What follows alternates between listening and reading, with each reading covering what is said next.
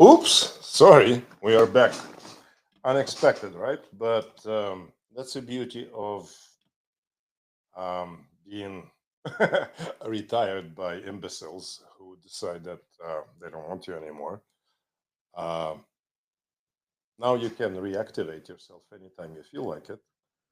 And Sunday is fun day. So, in the process of kind of reinventing myself, I will reintroduce myself into the mix of Simplify Money Studio, Money Show, and we are going to talk about, well, we are going to talk about um, retirement wisdoms and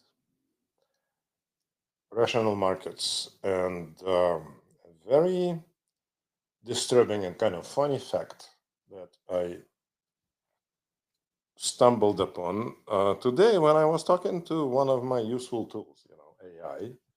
And I use Perplexity and Copilot, and I call them Perp and Cop. Copilot goes to Cop and Perplexity. Um, what an idiotic name for conversational agent, right?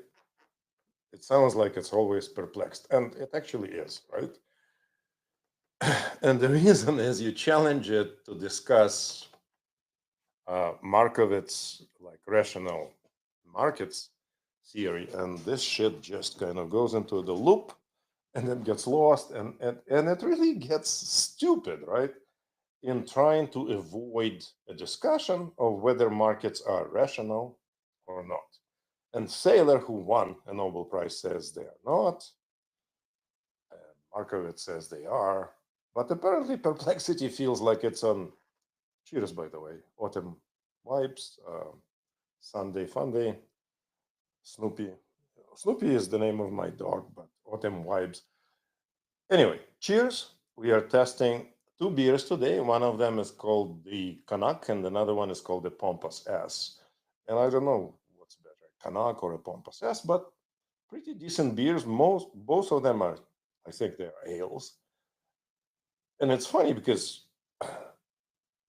beer is probably like a gateway to alcohol, just like marijuana is a gateway to drugs.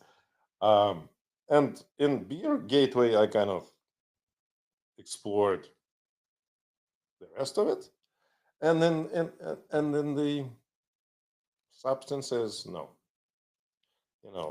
I kind of like hard gate myself at marijuana. I'm a control freak, and at the same time, I think I have a little bit of attention deficit disorder, so I get easily distracted, and then I dive into deep research. But that's not the point. The point is that there's two. Uh, what do they call them? No, they are not custom beers. They are whatever, boutique, fanciful beers, and one of them is called craft beers, right? That's a proper concept and term to use.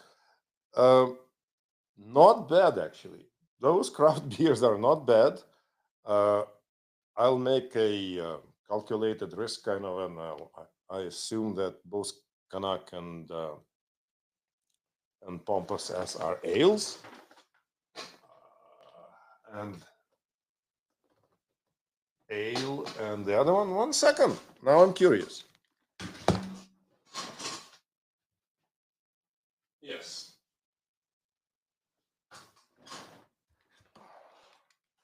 Both are ales, and most beer drinkers don't understand that the difference between lagers and ales is technology.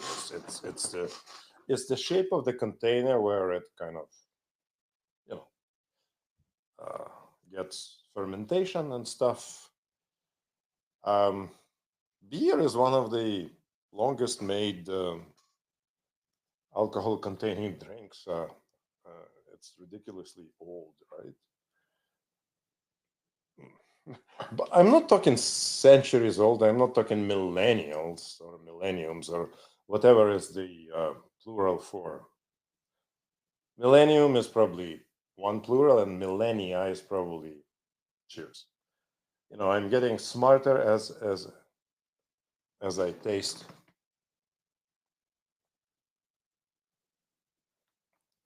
Craft beer. It's nice, actually.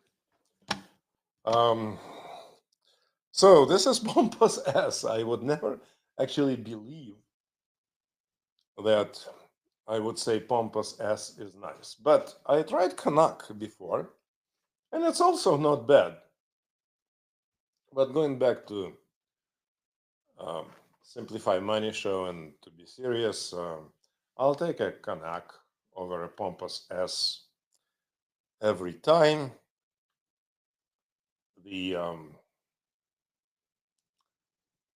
quality of both craft beers notwithstanding, or notwithstanding, or whatever it is, the clause that the government conveniently gave to itself to kind of say, you know what, Charter of Rights, blah, blah, blah, but at some point we're going to override it and say, you know what, sorry. And yeah, no, I get it, because as Warren Buffett said, when asked if he believes in class struggle, he said, sure, and my class won it. So yeah, the series called The English Game was about blue collar football club in England challenging the stiff upper lip and kind of aristocracy, and starting to beat them in their own game. And guess what? The ruling class changed the rules. So yeah, you know what? That craft beer can be all over my mustache. Kind of sparse, actually. I always had a problem, like, I was envying the guys who got, stuff growing there like faster, and but at some point you get there, and basically, yeah, I can actually do this and do that and touch my beard and go into my mustache and say, you know what? Canuck tastes better on my mustache than Pompous S. Despite the fact that Pompous S sometimes makes sense, right? So going back to debates and Oxford and Foxfords and characters and all the things that I said in the episode before, we have an amazing strategy, a tactical tool, a podcast, all kinds of things created in 6 years since I resigned. I didn't resign to the idea of telling people what to do with their personal capital, because most of them are, okay, let's be honest, clueless, right? So we want to give them tips and clues, and Club Dare and Detective is all about consulting detectives and discount doctors and basically Sherlock and Watson and God knows what. So Watson had a tool in his hand. It was a revolver. I have a bunch of tools, and my partner, he's a dividend detective. He really is a consulting dividend catcher kind of guy. And if you really want to just talk to somebody and see how vast will be the difference in the quality of a discussion, book a 2020 in 20 minutes, and it will not take you 20 minutes. It'll take you about fucking 20 seconds to understand that you are talking to a real, true, proper, best practices professional who takes his shit extremely serious, right? And if you tell me that if I use profanity, oh, you can be serious. No, I am, right? I don't know what it takes to convince you. Convince me. The book says convince me in 90 seconds. 90 seconds is,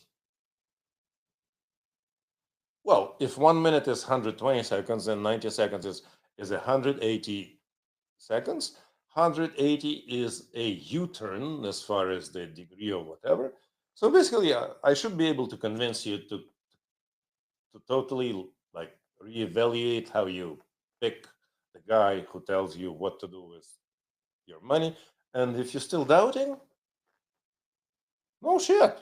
It's your lucky day. You just found me, and you should talk to him, book that 20 and 20 minutes, invest 1/3 of your 1 hour, pay attention, ask a few questions, and he's gonna have you at hello, basically. Okay. I don't think I'm gonna say anything smarter than this. I didn't want it to be an elevator pitch, but it somehow sporadically became one. So live with it. Okay. All right. And that's it.